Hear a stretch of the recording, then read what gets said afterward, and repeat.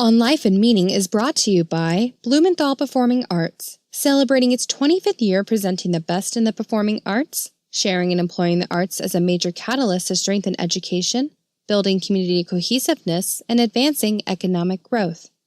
Further support is provided by Foundation for the Carolinas, inspiring philanthropy and empowering individuals to create a better community.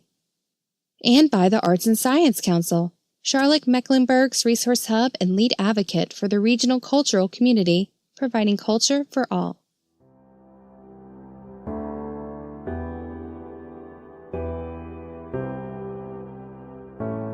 And so it's my belief that the universe is vast and marvelous, and that if we can find moments to remember that, and to remember it by experiencing it right now, that can be life-changing. That is literally transformative.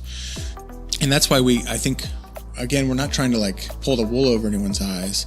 I think actually rather we're trying to sort of find theatrical means of sort of pulling back the veil, revealing something to an audience, even if just for a second, so that they're forced to be present.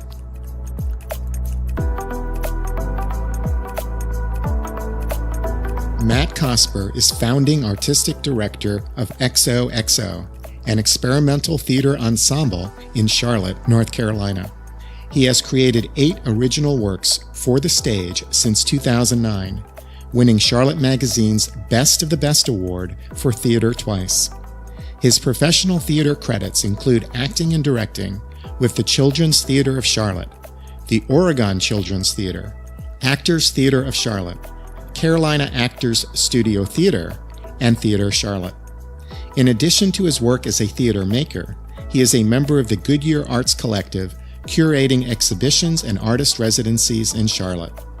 Matt is a member of the Network of Ensemble Theatres and the American Association for Theater and Education. He is also Director of Theater Arts at Charlotte Latin School, an independent day school. In this episode, we explore theater making, absurd influences, fractal existence, Zen koans, magical realism, and accessing the sublime. I'm Mark Paris, and this is On Life and Meaning.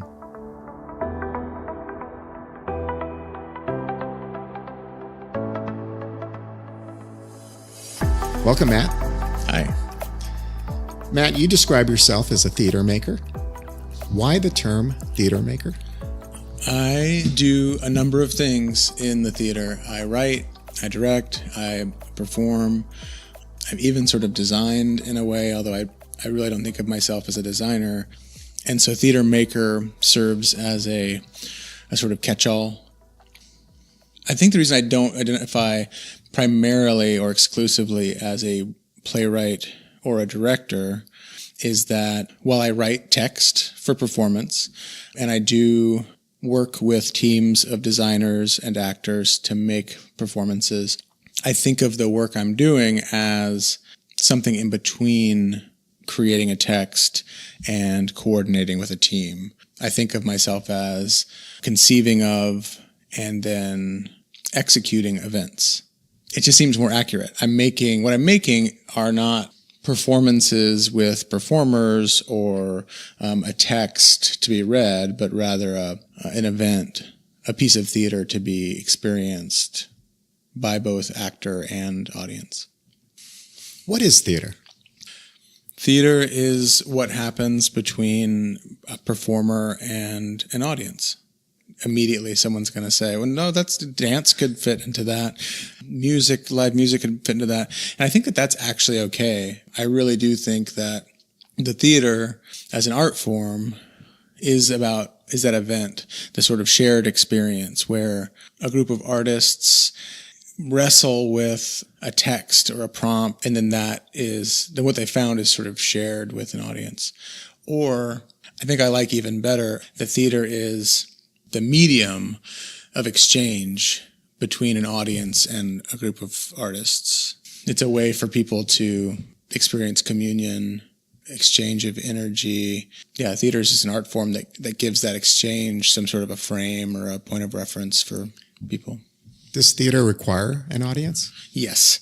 It's funny because there's an artist that I admire and have learned a great deal from, Jerzy Grotowski, the Polish theater director and theorist, who a lot of his later work was happening for almost no audience at all. Occasionally they would bring in what they called witnesses.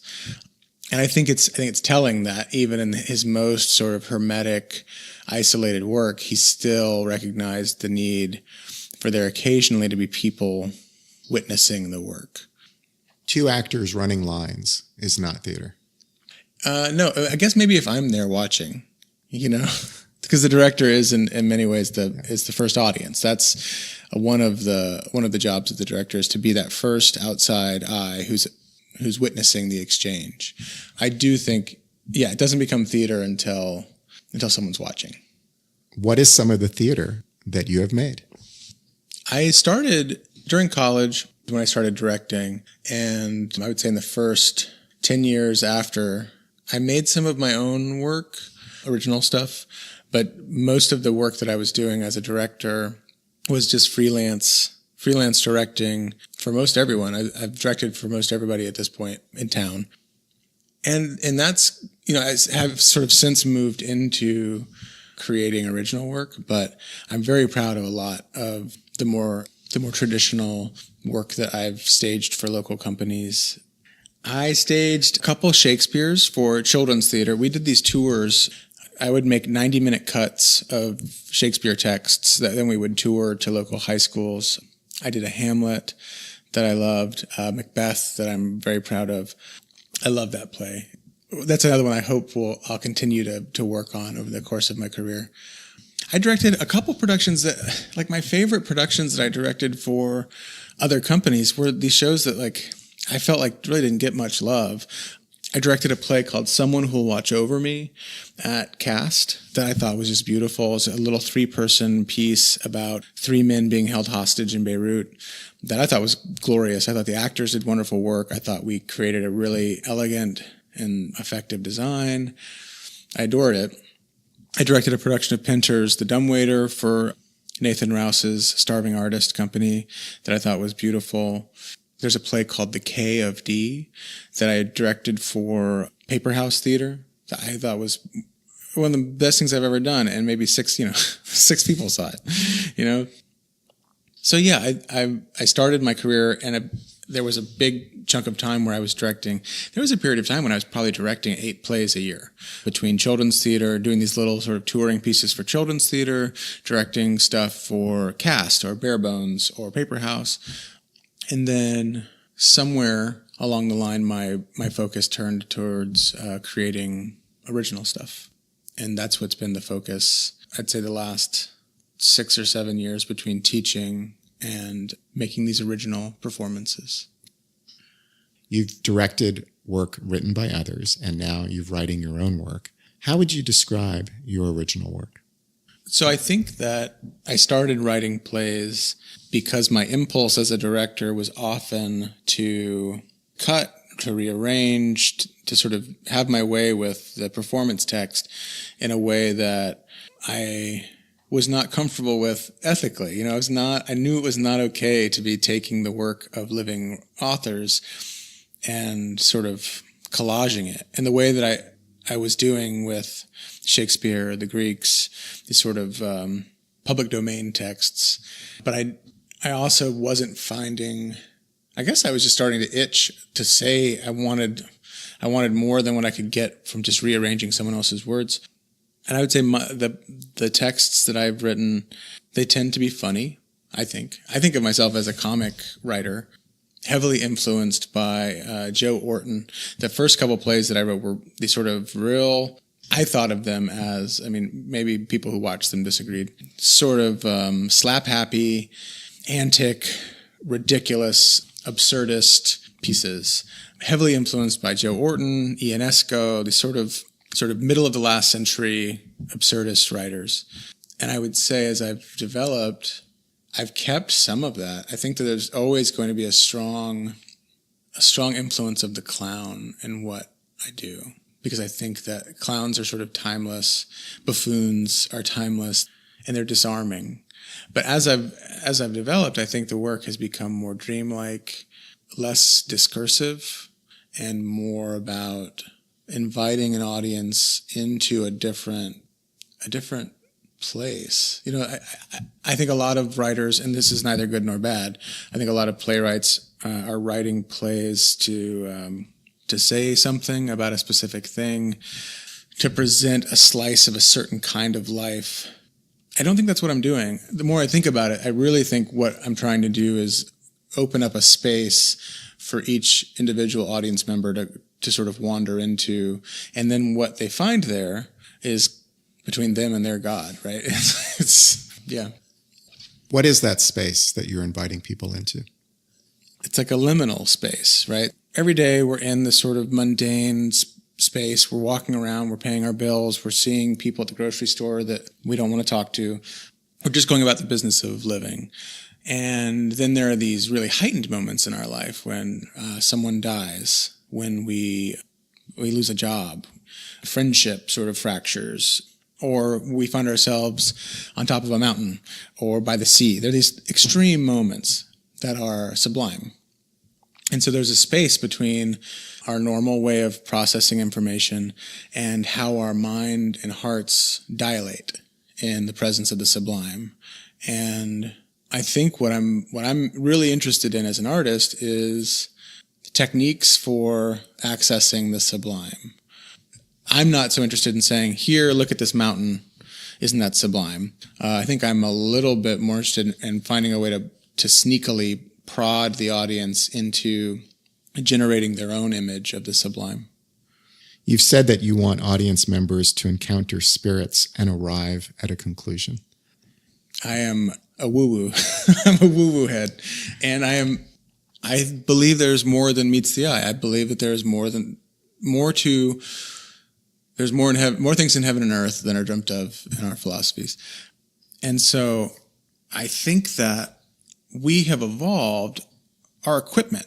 Our minds, our nervous systems have evolved for specific survival reasons to sort of exclude everything that's not really necessary for acquiring food, shelter, and procreating.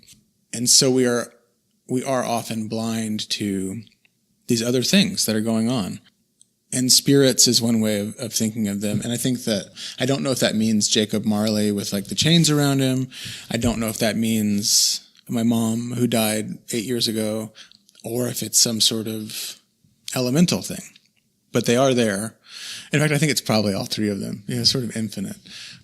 I think that there are energies, there are forces, there are powers, there are principalities, whatever you want to call them, and then probably some other names we haven't come up with. We're surrounded by them all the time. And there are different techniques that humans have developed over millennia to encounter those forces and ask them for help, ask them for insight, ask them to leave us the hell be, whatever. And in my artistic practice, I think I'm just really concerned with reminding folks that other dimension of experience exists. As a theater maker, how is it that you provoke or invite people into that liminal space? Well, my students have gotten tired of hearing me talk about space and time. In the theater, we work with space and time. Theater is action in space through time. And that is the arsenal that we have. Theater appeals to me because it's only in the present. Of course, a painting, a novel, etc., the person who experiences it is experiencing it in the present. So it's not like theater is unique in that way, but it is the only art form that only exists in the present. Like I said before, it doesn't become theater until it's being observed.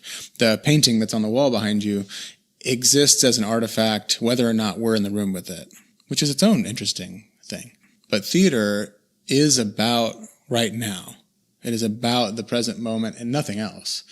And so I think that's what appeals to me about it. And that is truly like the list of techniques or tools that we're using is kind of endless, but it's really anything that can bring us into right now. And that's often a rhythmic thing. Laughter does that. Cruelty does that.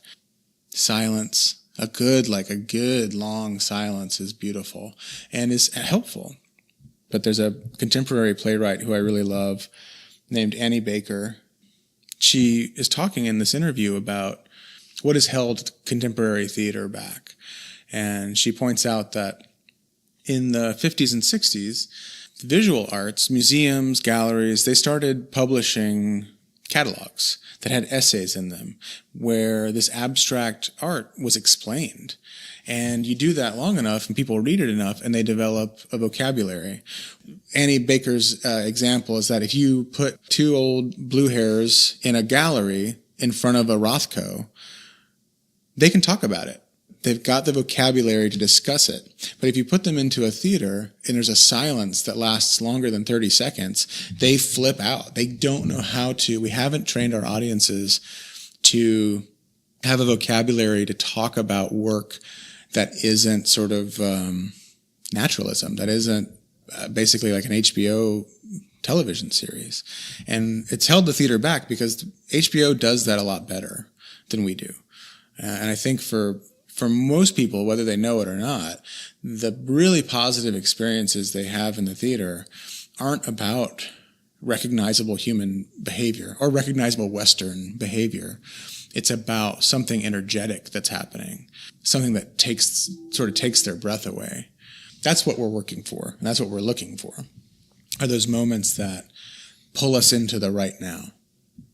There are experiences that audience members have in your productions that are different and apart from a traditional audience member experience just watching a play passively. You invite your audience members to do things and to engage their surroundings in different ways. We have found or have explored techniques that do one of two things. One, knocking the audience sort of back on its heels a little bit by asking for more engagement than is typical. We're asking the audience to get up, walk around, make choices about where they want to go next.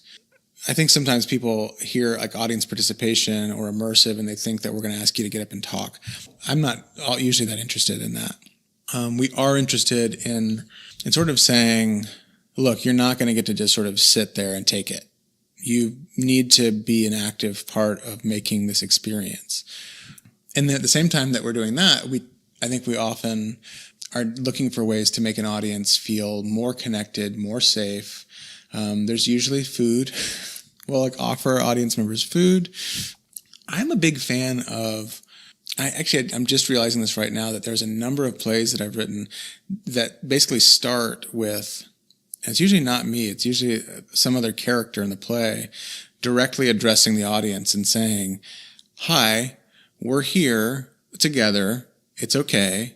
You don't need to worry about getting it. There's not anything that you're doing wrong or something you need to do that's right. But why don't you just come with us? And I think that's sort of key to the work is saying, okay, we're going to make you uncomfortable.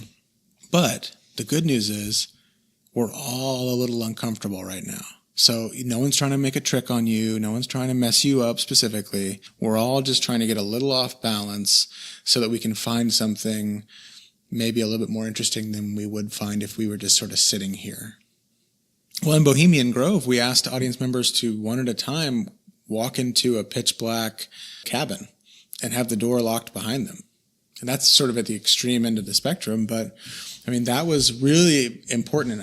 In some ways, I think the whole piece was building up to that moment of the audience member alone crossing a threshold into the darkness, literal darkness, so that then they could have this experience of moving into the light. In a more simple way, it might be saying, okay, you've been sitting in this chair for the first half hour of the piece. Time to get up. We're moving into another room. Sit down. Or put these headphones on and go walk outside. And you're going to get some instructions maybe, but you're going to run this thing. This experience is not a passive experience. So I think whether it's that moment of crossing a threshold, asking an audience to literally cross a threshold, or just saying, hold on, help us all, let's all as a group sort of switch the point of view that we're going to view this work through. Those are just some examples of how we're asking the audience to take a little bit more agency. And so it's my belief that the universe is vast and marvelous, and that if we can find moments to remember that, and to remember it by experiencing it right now, that can be life-changing. That is literally transformative. And that's why I think, again, we're not trying to like pull the wool over anyone's eyes. I think actually rather we're trying to sort of find theatrical means of sort of pulling back the veil, revealing something to an audience, even if just for a second, so that they're forced to be present. Do you think of yourself as a shaman of sorts? I am a wizard. Yeah, I guess so. I don't know. I have a hard time saying that with a straight face, but when I'm by myself, yes. I often describe myself as a religious fanatic when it comes to the theater. I love to be entertained.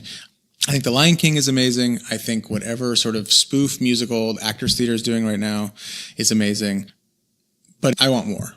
And so I do think of the work that we're doing is about magic, literal, actual magic. So yes, I'm embarrassed to admit it, but here I am. I'm coming out of the closet as a wizard. Matt, in some ways you're saying all is illusion, and you are creating yet more layers of illusion on top of it to reveal something real underlying the illusion. Yeah, I think it's funny. I have a lot of faith, and my spiritual life is really important to me. And at the same time, I have this fundamental distrust of the equipment that I have, my eyes, ears. I am a skeptic who is skeptical even of my sensory apparatus.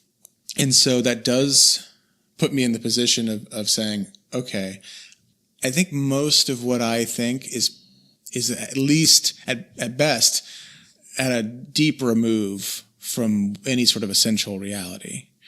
And so if I'm showing an audience any sort of truth, it's that. It's just kind of trying to remind people that we shouldn't be so confident.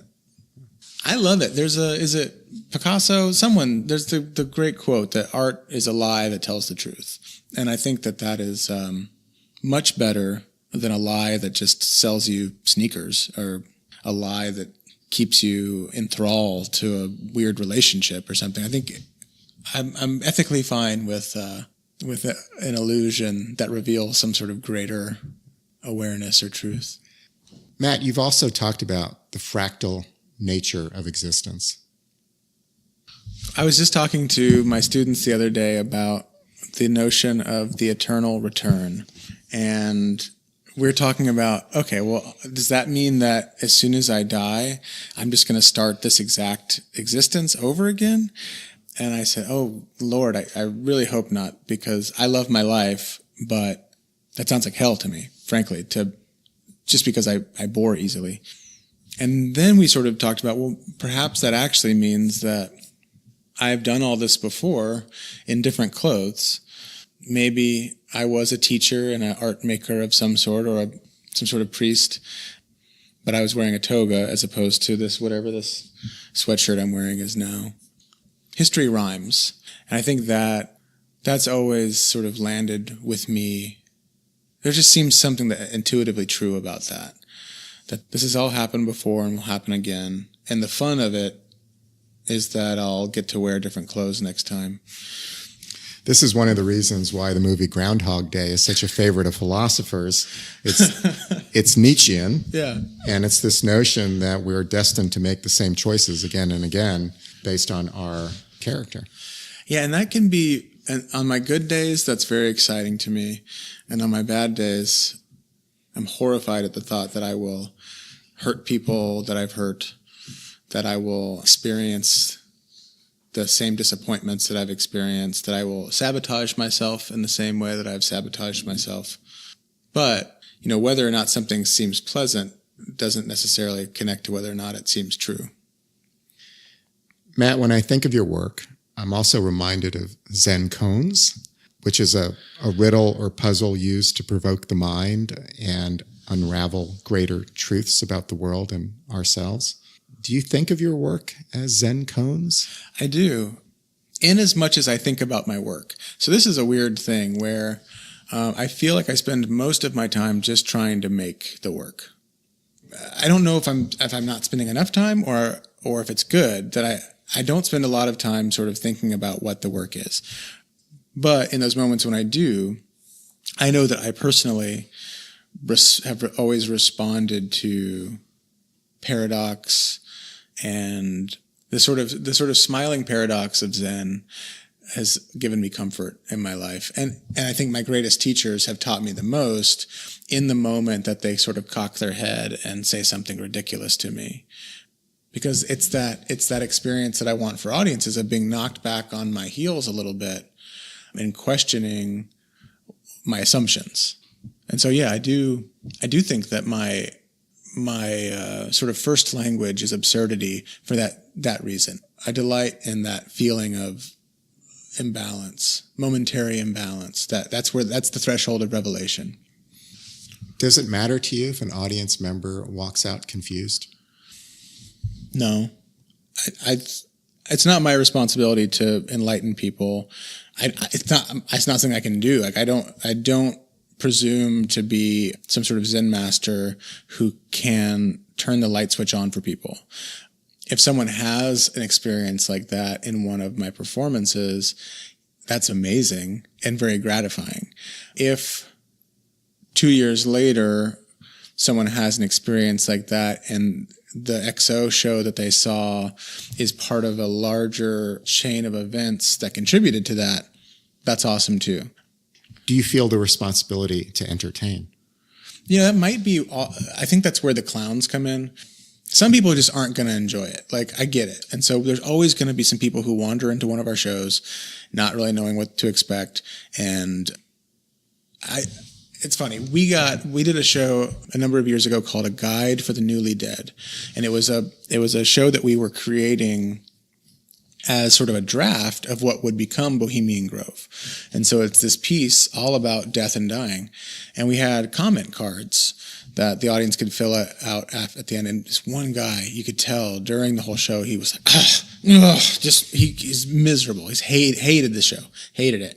And he filled out his comment card and basically said, whoever created this work has had no experience of death and dying and doesn't know what any of this is about. And we made the show because both my parents, an aunt, and two close friends had died in the past year. Of course, he didn't know that, and apparently the show we made did not communicate to him something real. Yeah, I think that's the risk you take. I have sort of a perverse sense of humor, and I have a tendency towards the bizarre, or, if you're trying to sort of twist people's frame of reference, not everyone's going to thank you for that.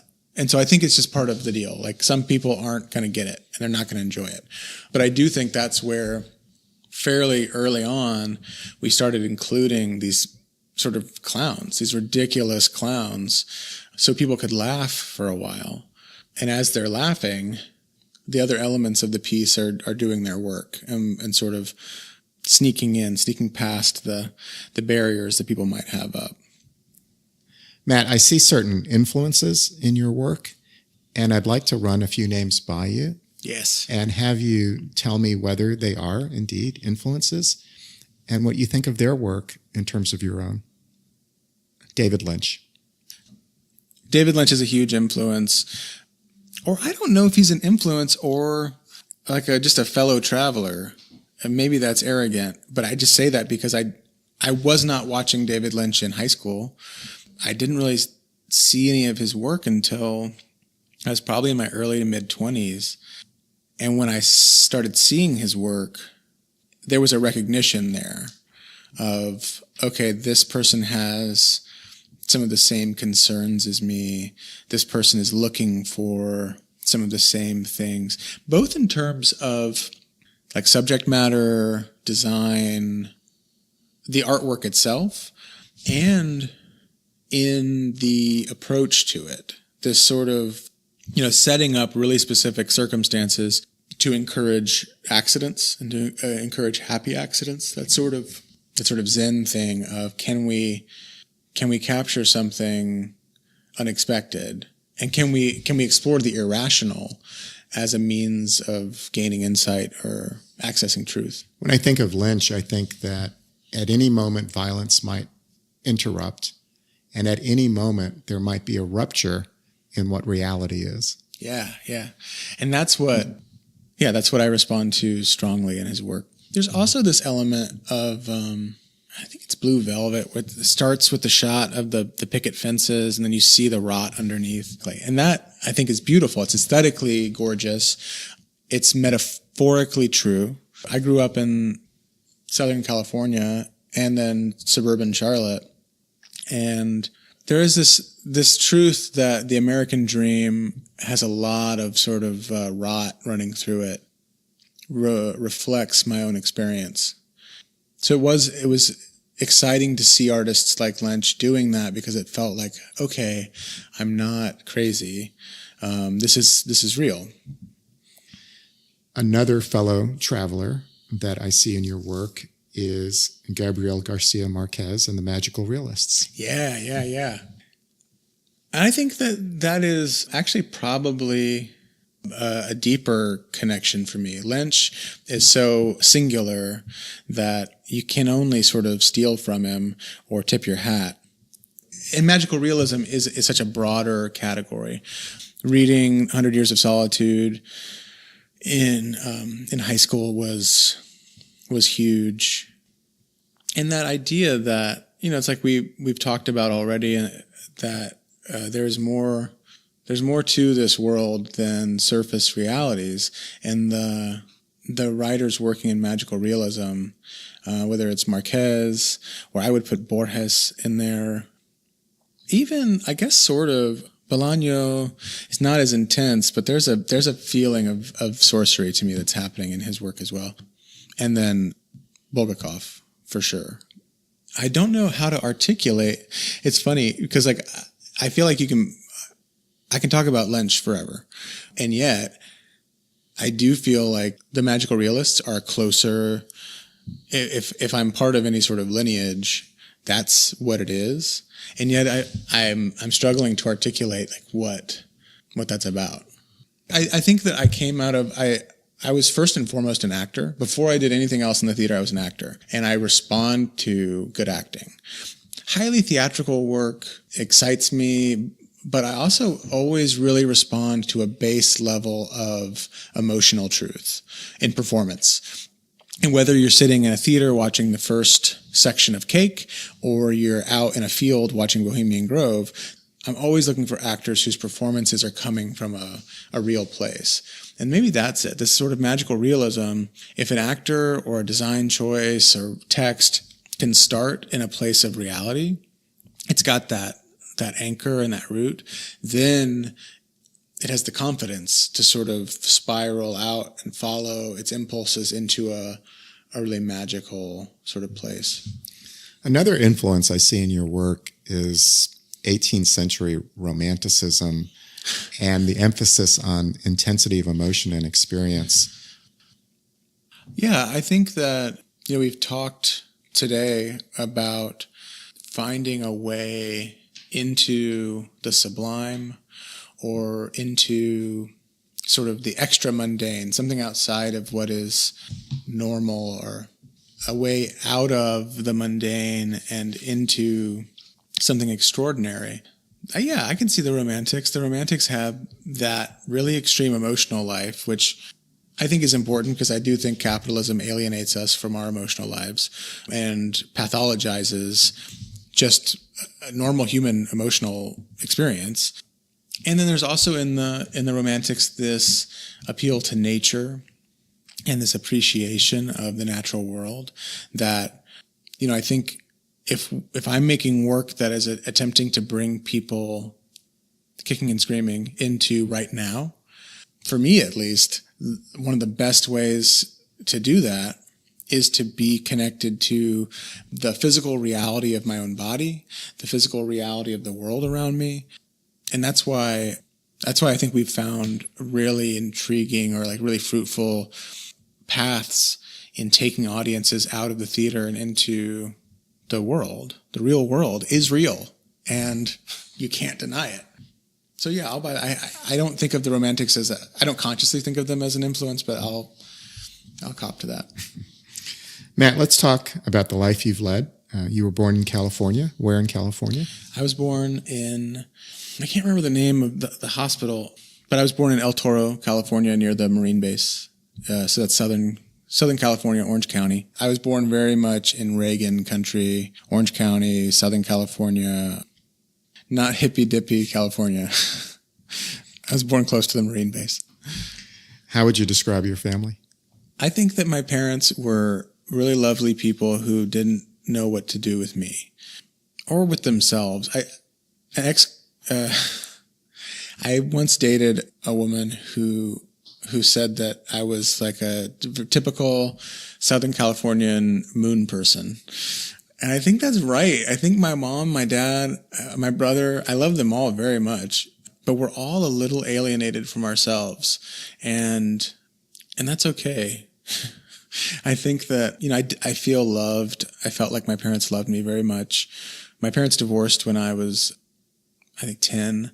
And so my dad was not as big a part of my life as he could have been. But I don't feel, and it was weird. So my parents got divorced when I was 10. We were actually homeless for a little while when I was in high school. There was also some like traumatic stuff when I was little. Some kind of big stuff happened over the course of my youth that I don't know that I ever really like processed. I have a gift for being kind of clueless about important things. And so I do think that maybe that's where the like this interest in metaphysics comes from, is I'm just sort of a space cadet. My dad was a pilot. His side of the family, the men were all military guys. My dad was Air Force, and then he was a sheriff's deputy and like harbor patrol before he finally became a commercial airline pilot. His dad was in the Air Force, was shot down over Europe during World War II, escaped by killing a German with a knife. My great-grandfather on that side was in the Army engineers. You go back even further. My ancestors they rode with Quantrill's Raiders in the Civil War. You go back even further, they were kicked out of Scotland for cattle rustling. And me and my brother are the only people in the family, or some of the only people in the family who haven't spent time in prison. And I think that that's actually why we've dealt with anxiety and depression, is because we are genetically predisposed to shooting guns and being outside riding horses. Like we have sort of this criminal gene that we're not getting to express. It makes me anxious. It makes me nervous. That's why I can't just make a nice like little play. I've got the James gang, Jesse James in my blood. Well, with that criminal DNA in your blood, Matt, I've heard you say that at a young age you developed a Lucifer complex. What do you mean by a Lucifer complex? I think I was just born with a guilty conscience. The most traumatic experience I remember as a really small child was the realization that my actions affected the world around me. My actions affected people. I think that's probably this twin thing of like a fascination with magic from a very young age, but also this deep guilt, knowing that I could impose my will on the material universe, right? And that is really exciting. I could bend reality, but that might make people cry or it might make people angry with me. It might hurt people's feelings. And so I think that really messed me up as a kid, realizing that I was not alone, set the stage for the rest of my life. I think that I'm interested in the theater because of that requirement it has of exchange, whether it's between two actors on stage or between those actors and the audience. There is this element of humans affecting each other that is vital and central to the art form itself, and which is traumatic. it is powerful. And so I think that from a very early age, I have felt guilty of wanting. I felt guilty of just wanting whatever it is I want. You chose Lucifer to identify with. He's a fallen angel. Do you think of yourself as a fallen angel? I think a fallen angel is a good or apt descriptor for humanity in general. We are not quite animals. We're not quite gods. When I read the story of the angels who rebelled against heaven and were thrown to earth, as an origin story for humanity, that smacks of truth to me. So maybe that's it. I feel guilty. I also often think that it's our frontal lobes. The part of our brain that makes us human is the part of the brain that gives us guilt and gives us awareness of thought. It's what allows for metacognition. It allows for us to think about thinking, and what a terrible trap that is. And so maybe that sort of Lucifer complex is really just about wishing I could be less conscious. And that connects to this thing we always talk about with the work of trying to pull an audience and the performers into right now, into the present, which is I imagine is the state of most animals. Matt, as a teenager, you began reading Symbolist poetry. Yes. So this is a shameful truth, is that I was probably in middle school and I read a book called No One Here Gets Out Alive. And it's a biography of Jim Morrison, who's sort of perfect for like a middle school boy. But I basically used that biography as like the source of my reading list for being in middle school and in high school. So through that I encountered, and that's actually where I encountered the theater theorist Artaud for the first time. But yeah, and so in middle and high school I was reading Baudelaire, Rimbaud, and really responding to this sort of fractured, highly subjective, vibrant language. The way that these poets were, there's almost this feeling, and I hope that I've moved past it. I'm probably still holding on to some of it, but this feeling of like, well, if you get it, great. But if you don't, I'm communicating something of my experience. And if you're on the same wavelength, perfect, you're going to get it. And if not, well, but yeah, I think that was sort of a huge influence in terms of just having faith. It's funny because I think I needed for a long time to have faith in my own imagination and just know that if I will just get rid of the editor for right now and just let my experience of the world come through, that has value. I think in the last couple of years, as I'm getting older, I'm interested in nourishing that little guy in my head, but I'm more and more interested in, okay, how do we craft this? How does it become a real thing? I'm not going to say the name right. Zimi is credited as being sort of the founder of Japanese no drama, and he said in one of his treatises on the art something to the effect of, young artists are charming and watchable because they're young and they have the flower of youth, and that's really all they need. But by the time the flower of youth fades, you had better make sure that the flower of craft has been attended to, because suddenly you're not so charming anymore, and you need to make sure you know how to do your thing. And that, I confess, I think I leaned on the flower of youth for too long, because, well, and certain things were very difficult for me, but other things just sort of came easily. And I learned and nourished the fact that if I kind of like flipped a certain switch, I could just vomit out ideas and language and images. I have that sort of gift, but I was not developing consciously craft. And it's only been in the last couple of years that I've been saying, okay, what is my real craft? How am I constructing a theatrical event? How am I making an experience that really lets people in and gives them something to lean on, something to count on? And luckily, I think over the years I was subconsciously learning lessons from various teachers. I'm I'm a voracious reader, so like I think I was, even though I thought I was playing hooky, I think I was taking in some lessons, and it's helped me in the last couple of years as I've tried to be very conscious about learning how to be better at what I do. Matt, there is a book that you read that you give credit to as a significant influence. What is that book? It's The Master and Margarita by Mikhail Bulgakov. A friend gave me a copy for my birthday maybe 10 years ago at this point, and I fell in love with it immediately. And I read it, if not once a year, once every year or two. I love it. I mean, we were talking about the magical realists, and Bulgakov was writing in the 20s in Soviet Russia, and sort of, I don't want to say he was inventing magical realism, but coming close to it. And The Master and Margarita has really kind of everything I could ask for in a work of art. It's funny as hell. It's sexy. It's scary. There is magic, both diabolical and divine.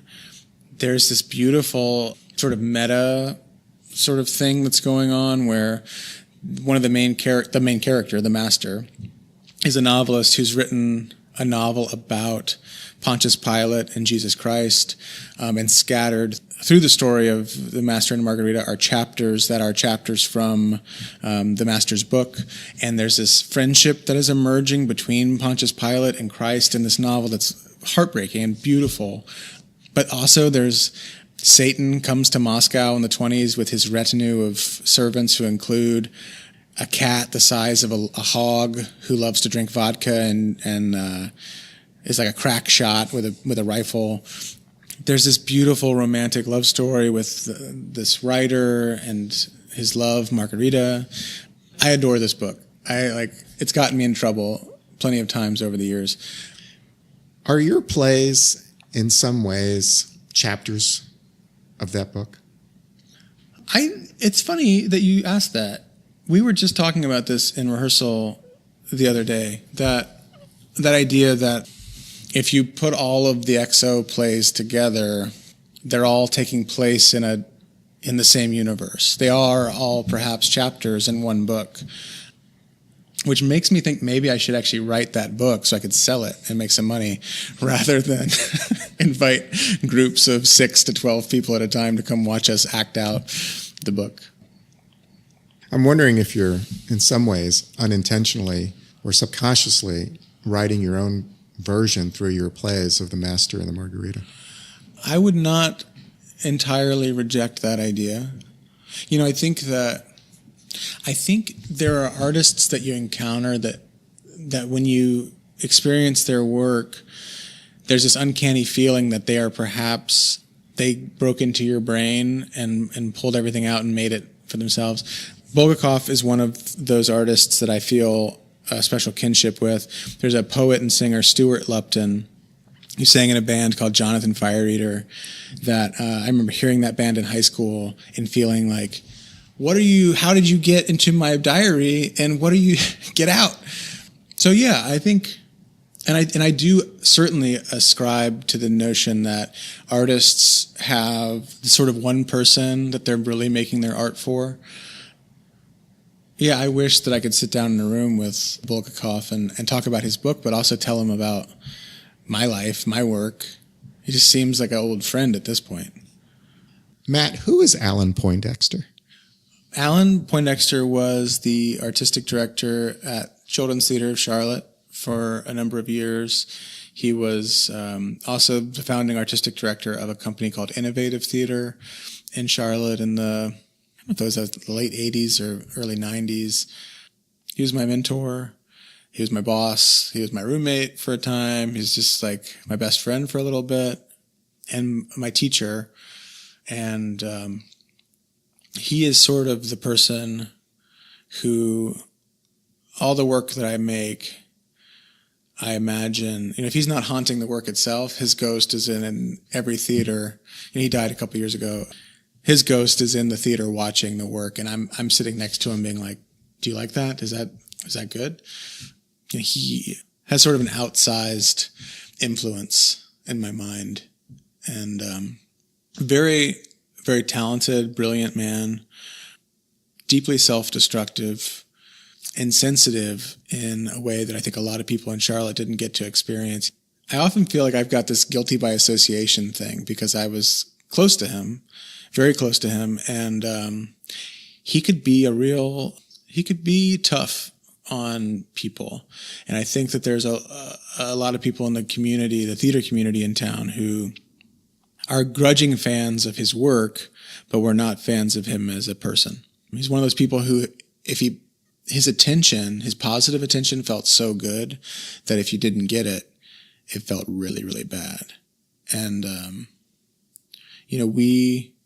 we were very, very close.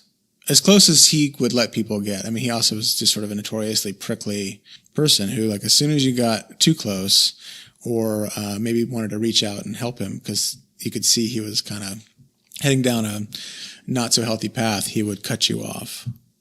But he's like a spiritual father to me. Alan is not the only person who haunts your work. So I think that it's funny. The first piece of theater that I made that I felt really, really did something special was Bohemian Grove. And it was made because my parents had died. And I didn't know where they were. I knew they weren't here. And I had kind of a hard time imagining them in some sort of sparkly city with streets paved with gold heaven. And even if they were there, I was consumed with the question, how did they get there? And I remember telling people at the time, I feel like I'm 5 years old and I'm in the grocery store and I went to look at a shiny thing and I've turned around and now my mom's gone. I don't know where they are. And in asking that question, we ended up making this piece of theater. And so I think that for whatever reason, confronting grief, confronting my ghosts has been the most fruitful work that I've done.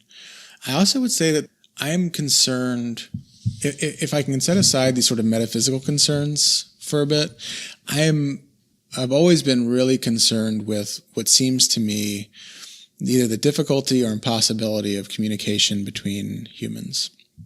I think I responded to the absurdists because their thesis was language is a trap. And I've often felt distanced from the people that I care about most, or at a remove, or unable to communicate.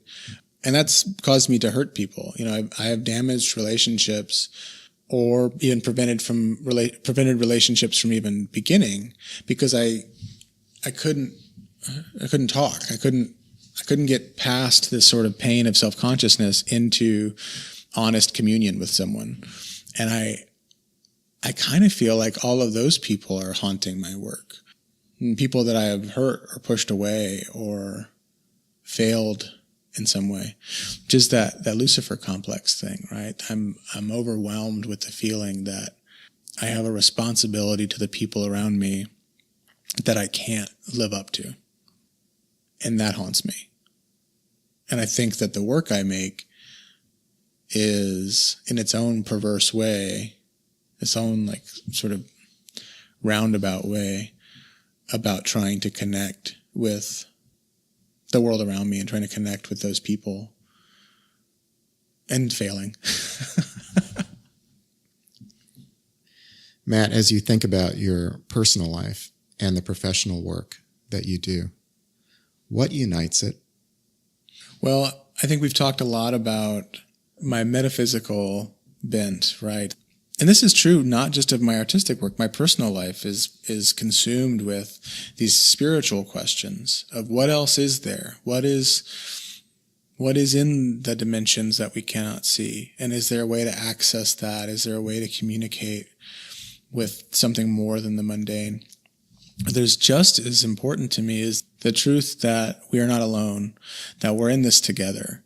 I think that for whatever reason, I can sometimes have kind of a affectless.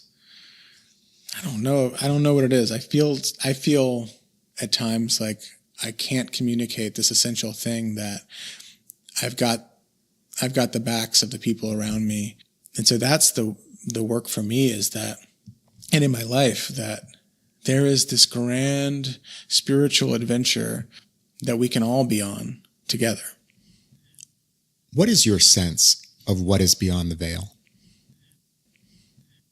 And I think actually in a lot of ways, like, I'm more invested in the moment of pushing the veil aside than I am in what's over there. And that moment, just at the threshold of revelation, it's a sort of tricky thing where I think that on the one hand, everyone's individual experience of reality, the veil, what's on the other side, is valid and intriguing and beautiful in its individuality. And yet, on the other hand, I do sort of ascribe to the idea that all of us are just ways for God to know itself. So perhaps that, the individuality is illusory, but the flavors are real, right? Like, even if we're all part of one larger thing, we do have our own little flavors, and that's intriguing. And that's why I'm reluctant to say definitively, on the other side of the veil is just a single flame. For me, it may be that contemplation of just a flame. For you, it might be the sound of a dog snoring. I don't know, right? There's like, it's infinite. That's what's on the other side of the veil is the infinite.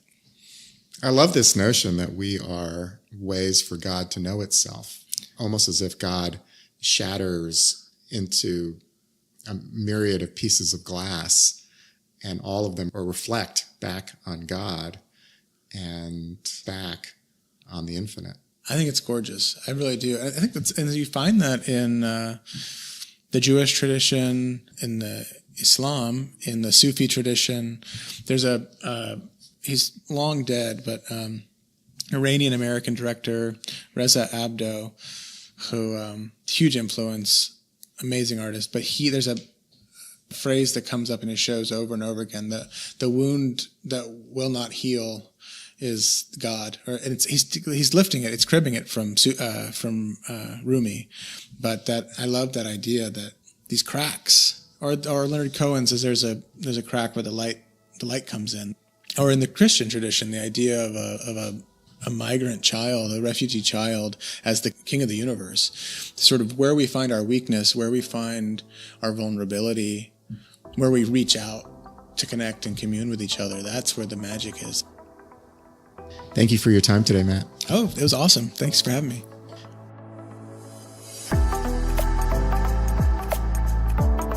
Matt Cosper is founding artistic director of XOXO and director of theater arts at Charlotte Latin School. He earned a Bachelor of Arts degree in performance from Greensboro College.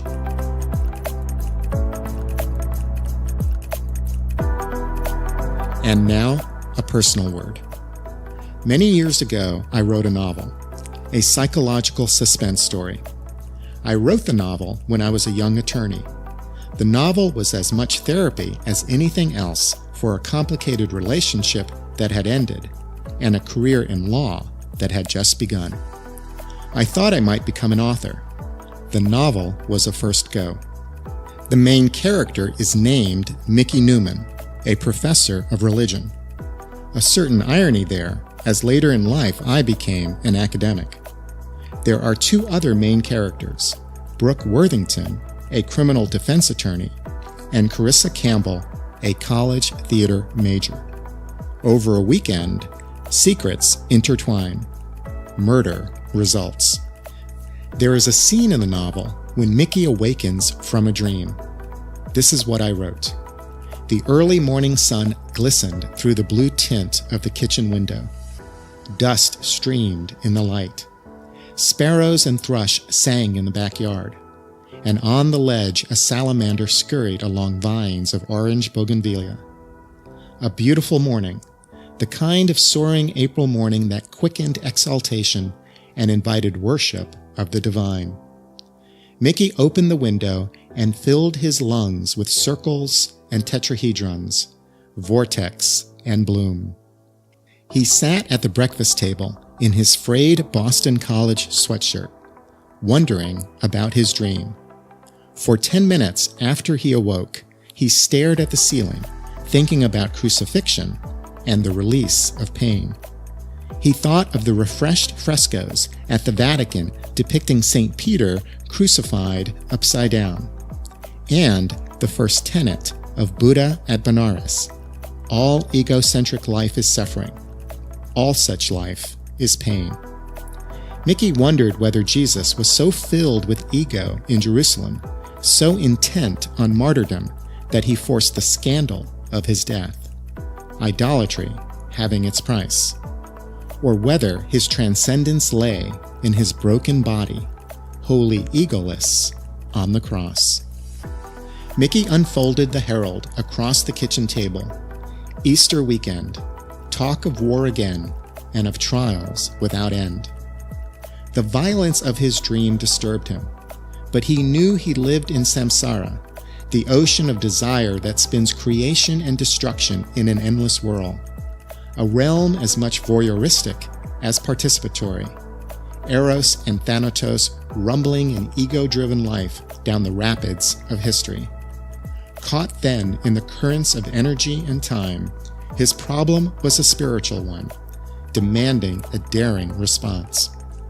A sign then: Jesus the Anointed One, Siddhartha the Enlightened One, overcoming Satan, overcoming Mara. Mickey liked the notion of Jesus as Buddha, a stalwart shepherd leading his flock to nirvana. Jesus' life and charity, his discipline and dynamic, Buddhist in nature, using the skillful means of parables, teaching the good news of the here and now, that the kingdom of God is at hand now, through the transforming repentance of right mindfulness, living his life as a Zen koan, leaving the listener-observer shocked and perplexed, subverting norm and convention now to snap a newer, deeper reality. I wrote that scene 25 years ago. Today, I am sitting across the table from Matt Cosper, a maker of theater, whose work is snapping listener-observers into newer, deeper realities. There are moments I'm convinced that the material world is all there is, that other dimensions are stories we tell to comfort us. We know death looms, and our imaginations are in overdrive to make sense of our existence. There are other moments when other dimensions could not be more clear. When I think of someone as they are contacting me, when I anticipate what is about to happen, and it happens. We may very well be fallen angels. All of history may be a stage. Powers and principalities rule for a time. Characters come and go. In the midst are playwrights and directors. In the midst are theater makers. Matt Cosper calls himself a sorcerer, a wizard. I think of him as a shaman. He is in the liminal space between this reality and the next. He is a conduit to the dreams we dream and to those we awaken from that demand our response.